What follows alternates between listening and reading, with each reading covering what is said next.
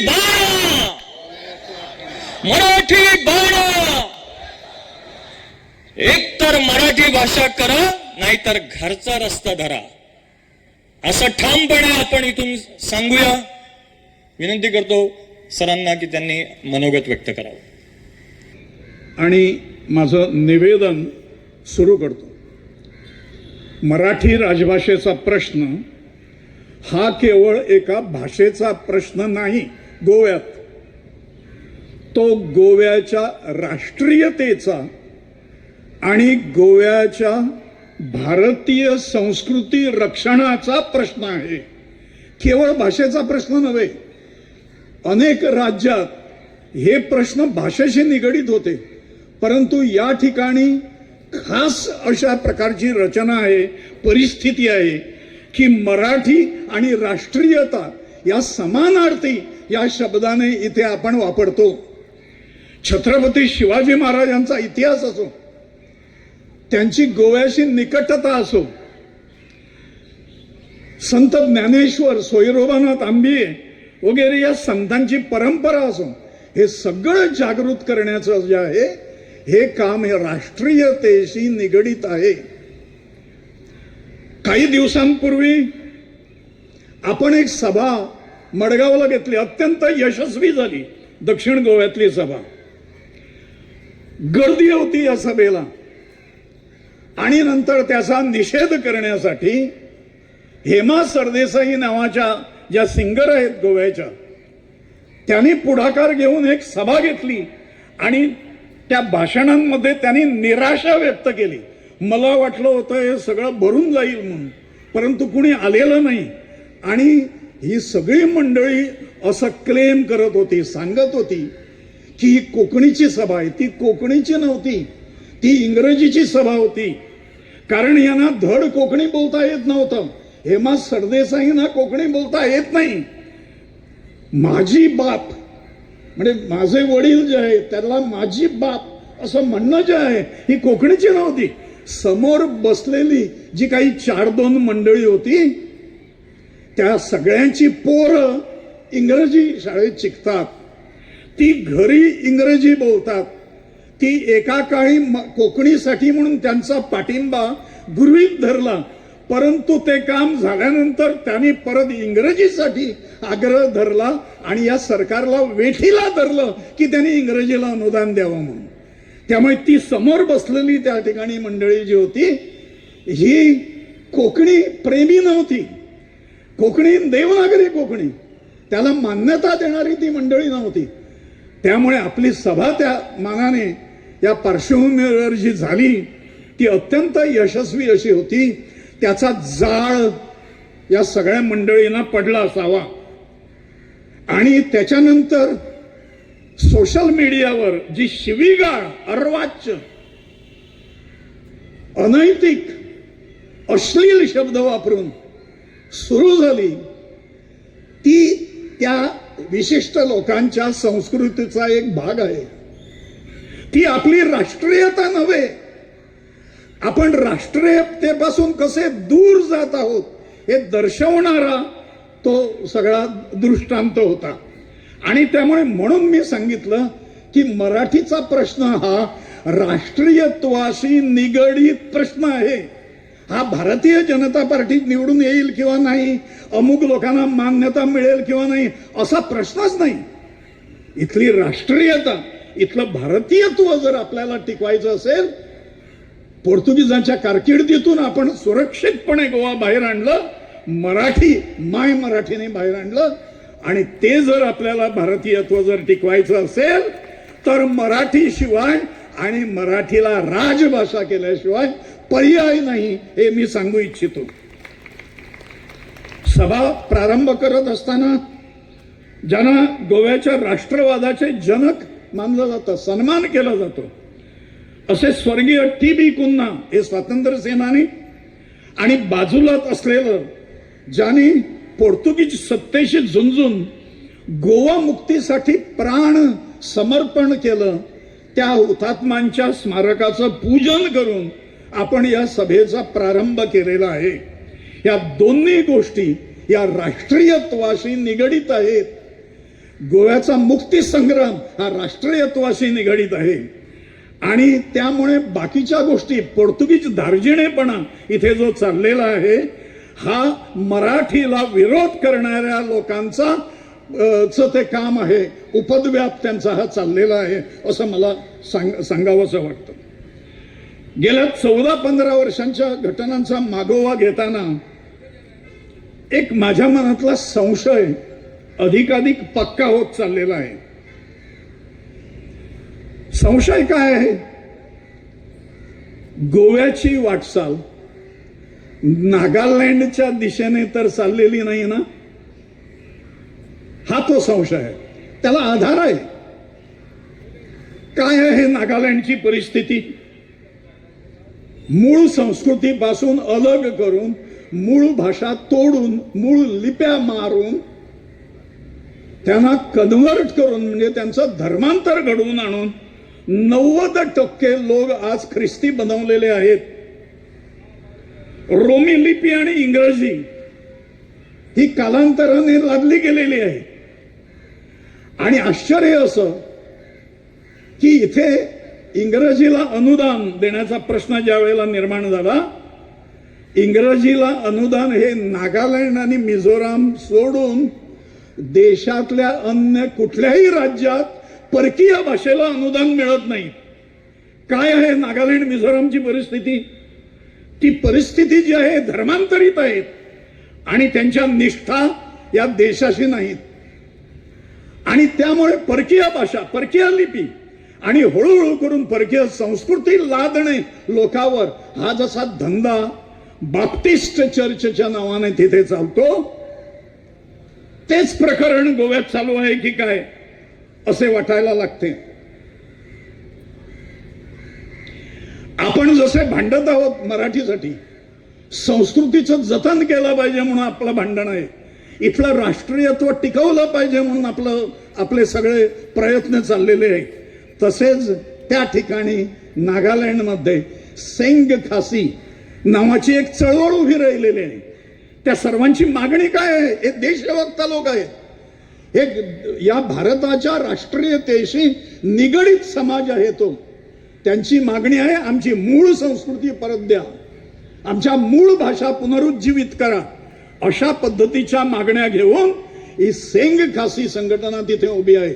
आपल्यावर पुढे ती टिकवा म्हणून सांगण्याची पाळी येऊ नये.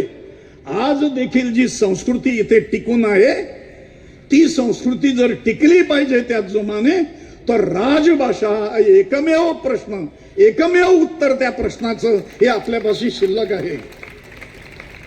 गोव्यात जवळजवळ नागालँड मधली जी प्रक्रिया आहे तीच प्रक्रिया गेल्या 14-15 वर्षात काही केलं नाही. मुळात हा मराठी हा विषय कुणाचा आहे? काँग्रेसचा आहे का?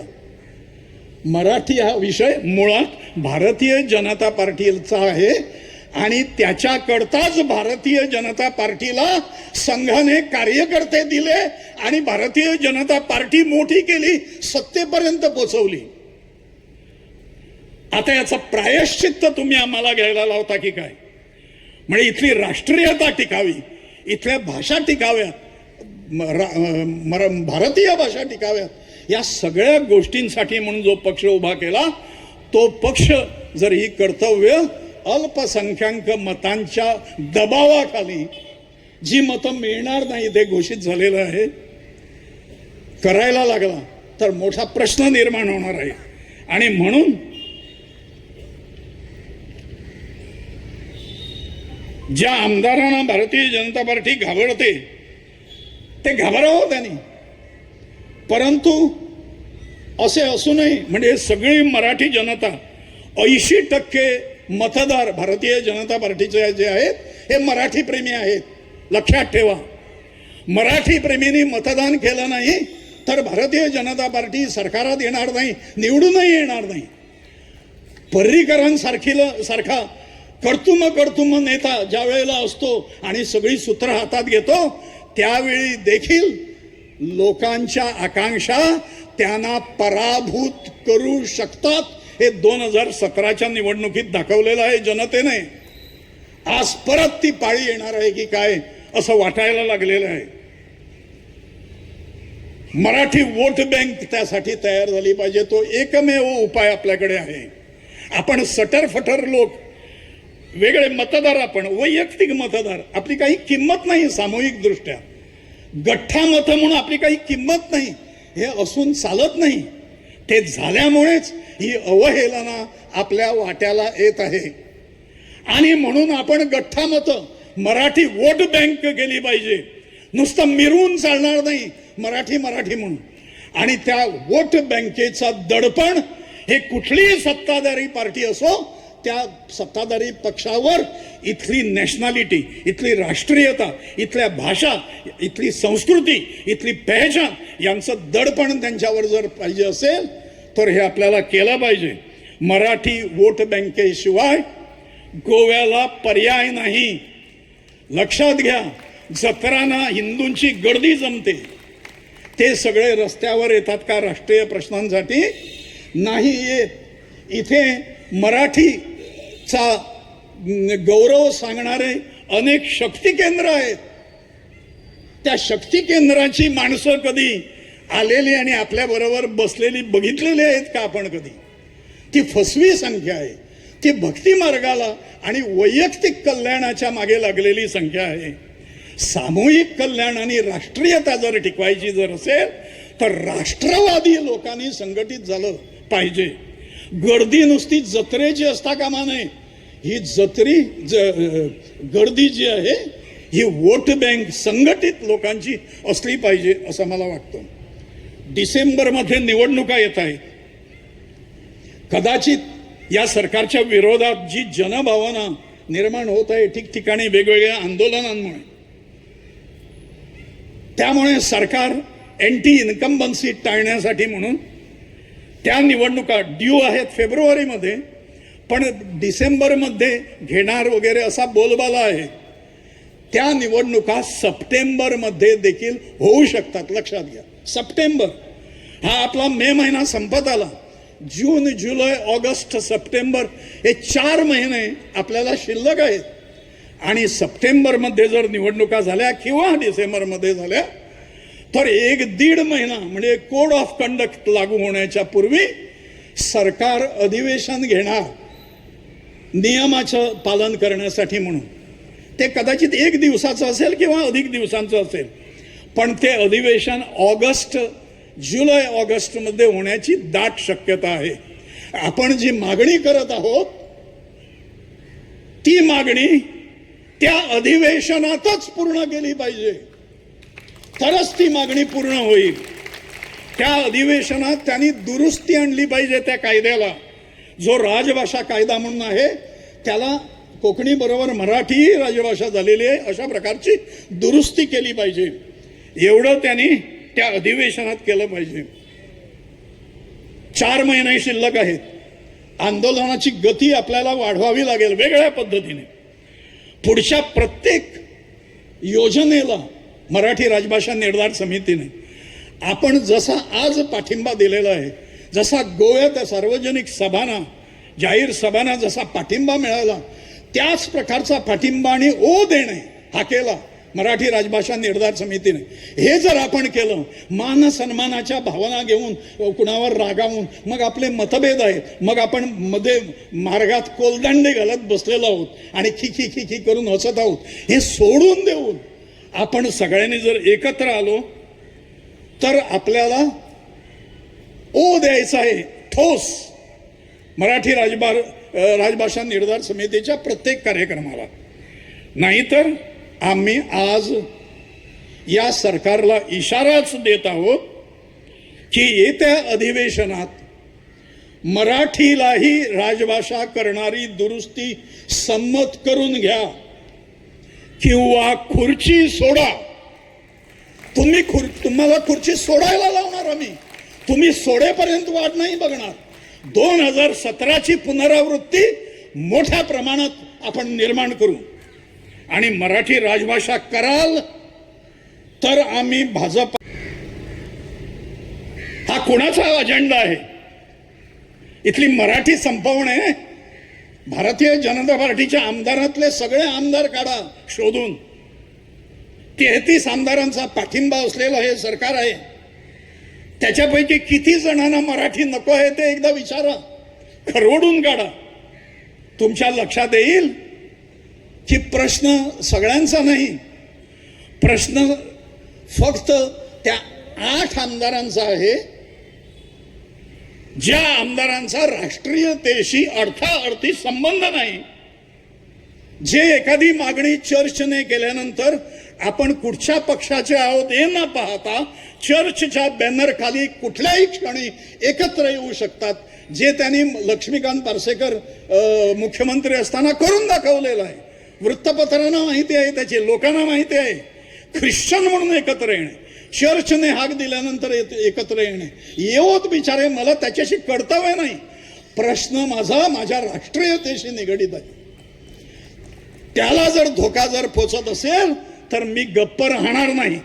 आणि म्हणून नागालँडचं नाव जे मी सुरुवातीला घेतलं, त्याच धर्तीवर आपलं सरकार चाललेलं आहे की काय याचा संभ्रम मला पडतो. चर्चने मराठी आणि कोकणी दोन्हीवर आघात केल्याचं आपल्या लक्षात येईल. ते आंदोलन जे झालं, कोकणी देवनागरी राजभाषा म्हणून जी घोषित झाली, त्या आंदोलनात दांडगाई मोठ्या प्रमाणात. दक्षिणेतला एक नेता जो आहे गुंड, ज्याची बॅकग्राऊंड ही चांगली नाही, स्मगलर होता, राष्ट्रध्वज लोकांच्या समवेत तुडवलेला होता 19 डिसेंबरला. अशा माणसाने जो हैदोस घातला त्यावेळी कोकणीला त्यांचा पाठिंबा आहे असं कोकणीवाद्यांना वाटत होतं. कोकणी बरोबर मीही काम करत होतो. भारतीय भाषा सुरक्षा मंचने कोकणी आणि मराठी प्रेमींना एकत्र आणलं पहिल्यांदा इंग्रजीच्या विरोधात. त्यावेळेला लक्षात आलं की चर्चने, जी चर्च सो कॉल्ड तथाकथित आपण पुरस्कर्ते आहोत कोकणीचं असं दाखवत होती, तिने आपले खायचे दात दाखवले. तिने पर्रीकरांनी घोषणा केल्याबरोबर आपल्या ज्या शाळा कोकणीतून जेमतेम चालत होत्या, आभासी शाळा कोकणी, त्या कोकणी शाळा एका रात्रीत बदलून इंग्लिश शाळा केल्या आणि दाखवून दिलं की आपण कोकणी देवनागरीच्या बाजूने नाही आहोत, इंग्रजीच्या बाजूने आहोत असं दाखवून दिलं. लक्षात घ्या, 2016-17चे आकडे, इंग्रजी 27,230 मुलं शिकत होती. ही प्राथमिकची अवस्था मी सांगतो. आणि 2024-25 मध्ये ही संख्या 50,673, जवळजवळ दुप्पट झाली. मराठी 15,000 विद्यार्थी 16-17 साली शिक्षण घेत होते प्राथमिक मध्ये. आज 24-25ला त्यांची संख्या दुपटीने वाढलेली आहे, 30,377 आहे. कोकणीची संख्या 16-17 मध्ये 2,849 होती, ती आज 9,200 झालेली आहे. 30,377 आणि 9,200 अशी स्थिती मराठी आणि कोकणीची आज आहे. त्यावेळेला ज्यावेळेला राजभाषा घोषित झाली त्यावेळेला देखील अशीच परिस्थिती होती. 314 मुलं कोकणी शिक्षण घेत होते आणि 73,800 मुलं मराठी शिक्षण घेत होते. मुद्दा आलेलाच आहे. परंतु हे लक्षात येतं आपल्या की चर्च ही कोकणीसाठी थांबत नाही आणि थांबलेली नाही. मुख्य प्रश्नाकडे वळूया. मराठी दुसरी भाषा करण्यात भाजप सरकारची नेमकी अडचण काय? आम्ही भेटी घेतल्या, मुख्यमंत्र्यांची भेट घेतली, अनेकांच्या भेटी घेतल्या, भेटी अजून शिल्लक आहेत. ते कुणीही अडचण सांगत नाही आणि सगळं आपण कसं मराठी आहोत हे दाखवण्याचा प्रयत्न करतात. सरकार आपल्याच अल्पसंख्याक आमदारांना घाबरते आहे. त्यांची संख्या 2 मतदारसंघ जे पूर्णतः हिंदू मतदानावर अवलंबून आहेत ती जर सोडली तर शिल्लक राहते ती 6 आमदार.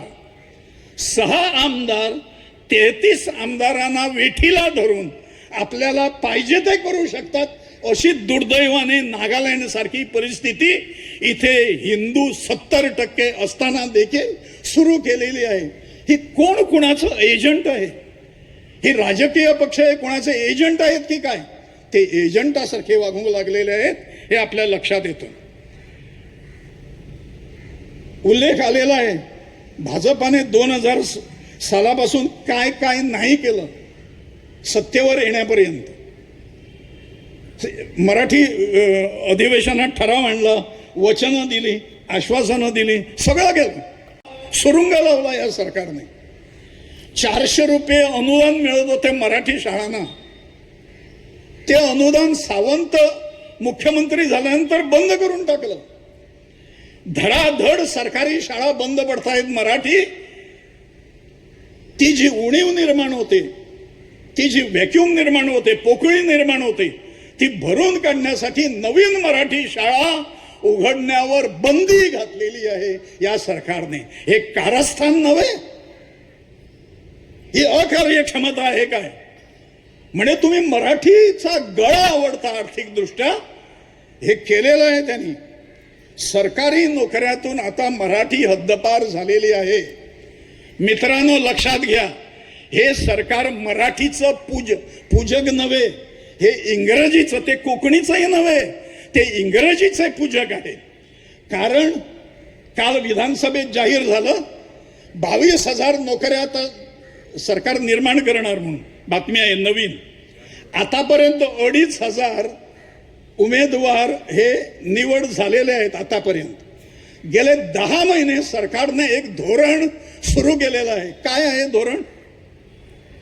ते धोरण असं आहे, कोकणीचं प्रमाणपत्र म्हणजे तुम्ही कोकणी परीक्षा पास झाला नाही तर तुमची पात्रता जरी असली, तुम्हाला 15 वर्षांचा निवासी दाखला जरी असला तरी तुम्हाला नोकऱ्या मिळणार नाहीत. हे एक वाक्य. आणि दुसरी गोष्ट अशी अत्यंत घातक गोष्ट आहे देशासाठी, आपल्या गोव्याच्या राष्ट्रीयतेसाठी. ती म्हणजे अशी की जो पेपर काढला म्हणजे जी प्रश्नपत्रिका उमेदवारांना द्यावी लागते, साधारण 40,000 उमेदवारांनी आतापर्यंत ही परीक्षा दिलेली आहे. आणि 22,000 नोकऱ्या जर खुल्या केल्या गेल्या तर लाखो उमेदवार आपले जे त्या परीक्षांना बसतील त्यांच्या समोर 80 मार्कांचा पेपर, 80 गुणांचा ची प्रश्नपत्रिका जी आहे ही कोकणीची नव्हे आणि मराठीची नव्हे. एका बाजूने उद्घोष केला जातो कोकणी ही राजभाषा आहे म्हणून. 20 गुण फक्त मराठीच्या खात्यावर भीक म्हणून घातलेले आहेत सरकारने. 80 गुण कोकणीचे, 80 गुण इंग्रजीला आणि 20 गुण कोकणीला, मराठीला डिच्चू देण्यात आलेला आहे. सहभाषा म्हणून आपण जे नाचत होतो ते सहभाषा आहे, थोतांड आहे. हे सावंत सरकारने सिद्ध केलेलं आहे. आणि याच्या पुढे त्या 22,000 नोकऱ्या असोत किंवा कुठलीही नोकरी सरकारची याच्या पुढे जर असली आणि भारतीय जनता पार्टीचं राज्य जर असलं तर त्या राज्यात मराठीची प्रश्नपत्रिका राहणार नाही. कोकणी प्रमाणपत्र परीक्षा तुम्हाला द्यावी लागणार आणि शिवाय 80 गुणांची इंग्रजी प्रश्नपत्रिका सोडवावी लागणार. त्यामुळे मराठी शिकून काही फायदा नाही असं ज्यांची मराठीशी कमिटमेंट नाही, निष्ठा नाही, अशा लोकांनी कुरबुर सुरू केलेली आहे. इथे पहिल्या रांगेत बसलेले आहेत सुभाष देसाई. ते डॉक्टर हेडगेवार शिक्षण संस्थेचे सर्वेसर्वा आहेत. तसे त्यांनी भरपूर कष्ट करून ही संस्था ऊर्जितावस्थेला आणली आहे. सतत 20 वर्ष 25 वर्ष 100% निकाल हेच एवढं नाही, परंतु संस्कार देणाऱ्या शाळा असं ज्या संस्थेचं नाव आहे आणि ज्या संस्थेमध्ये प्रवेश घेण्यासाठी पालकांची रांग लागते आणि प्रवेश मिळत नाही मराठीमध्ये, अशा प्राथमिक शाळा आणि पूर्व प्राथमिक शाळा जी संस्था चालवते त्या संस्थेच्या पालकांची कुरबुर आता अशी आहे की आम्ही मराठी शिकून काय फायदा ना, कित्याक तांकां नोकऱ्यो मेळच्यो ना. त्यामुळे प्लीज तुम्ही एकतर इंग्लिश मिडियमान तरी शाळा चलया किंवा कोकणी मिडियमान तरी चलया, अशा पद्धतीचे सुरू झालेलं आहे, लक्षात घ्या. त्यामुळे सहभाषा सूत्र गेलंच. हळूहळू करून मराठीला डिच्चू देणं हे सगळं सुरू झालेलं आहे.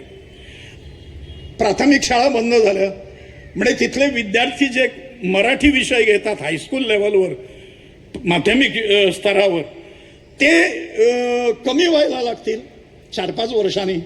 त्याच्यानंतर उच्च माध्यमिक विद्यालयात जे विषय मराठी विषय निवडतात विद्यार्थी, ती संख्या कमी होत जाईल. पुढे हा सगळा प्रवाह कॉलेजपर्यंत येईल. महाविद्यालयीन शिक्षणात मराठी घेणाऱ्या विद्यार्थ्यांची संख्या तुम्हाला मिळणार नाही, कारण मुळच मारून टाकलेलं आहे. आणि त्याच्यानंतर विद्यापीठाची पाळी जेव्हा येईल त्यावेळी विद्यापीठातला मराठी विभाग सरकारला बंद करावा लागेल, कारण विद्यार्थी नाही हे सांगायला सरकार मोकळं होईल त्यावेळेला.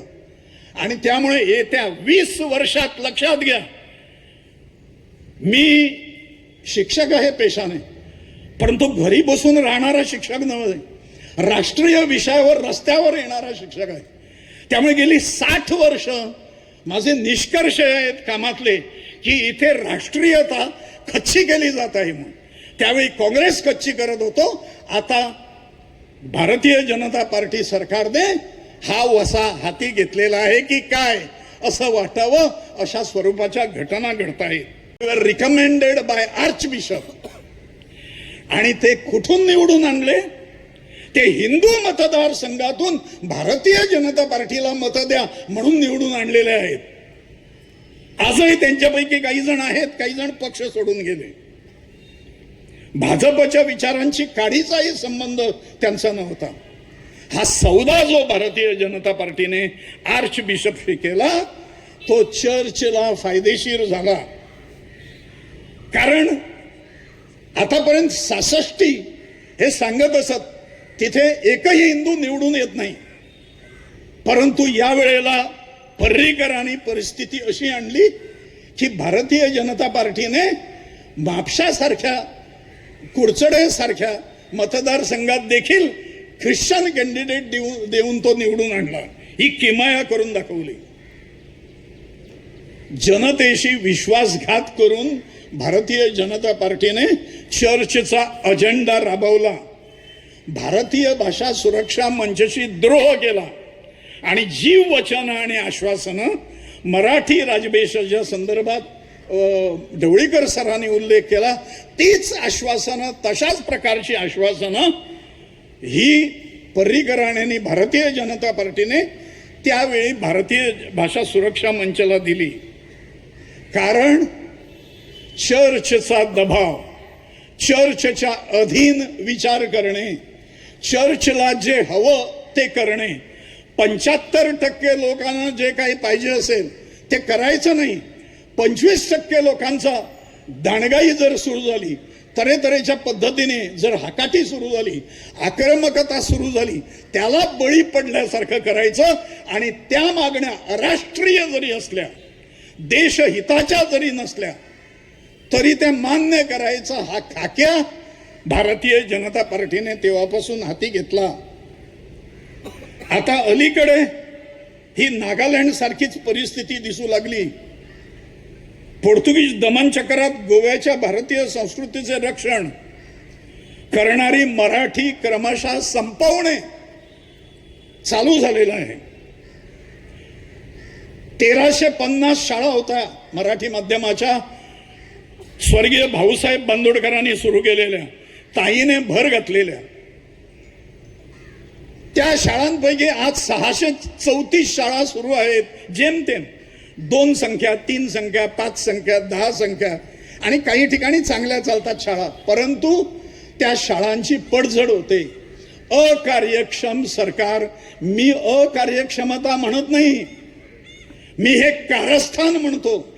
हे मराठी संपवण्याचं कारस्थान आहे. अरे, जे सरकार 300 कोटी रुपयांचं बजेट एखाद्या इव्हेंटसाठी आणि मडी राखण्यासाठी करू शकतं, ते बजेट म्हणे त्याचा थोडासा भाग जरी मराठीसाठी ओतला असता तर मराठी फुलून आली असती. परंतु ते करणं नाही, अकार्यक्षमता आहे म्हणून दाखवायचं आणि शाळा बंद पडू द्यायच्या. त्या बंद पडत नाहीत. हे मी ठामपणे अशा करता सांगतो की विद्याभारती गोवा नावाच्या शिक्षण संस्थेने, जी संस्था 25 वर्ष काम करते इथे, मी त्याचा कार्यकर्ता आहे. आम्ही 50 शाळा मनोहर पर्रीकरांच्या काळात घेतल्या, बंद पडायच्या बेतात होत्या, बंद करणार होते पर्रीकर, आम्हाला परवडत नाही सरकारला. आम्ही घेतल्या त्या शाळा आणि भीक मागून 5 वर्ष त्या शाळा नुसत्या चालवल्या नाहीत, त्या फुलवल्या. 2, 3, 4, 5 संख्या असलेल्या शाळा 80-85 एव्हरेजवर, सरासरीवर आणून ठेवल्या. हा रेकॉर्ड शिक्षण खात्याकडे आहे, या भारतीय जनता पार्टीच्या सरकारकडे आहेत. त्यामुळे नुसती अकार्यक्षमता नव्हे, तुमच्या मनात ते संपवण्याचं आहे. कारण विशिष्ट संप्रदायाला, विशिष्ट लोकांना ही मराठी इथे नको आहे. कारण राष्ट्रीयता जर संपवायची असेल तर मराठी संपवावी लागेल. हे शास्त्र त्यांना नागालँड पासून माहीत आहे, तिथे त्यांनी ते अस्तित्वात अंमलातही आणलेलं आहे.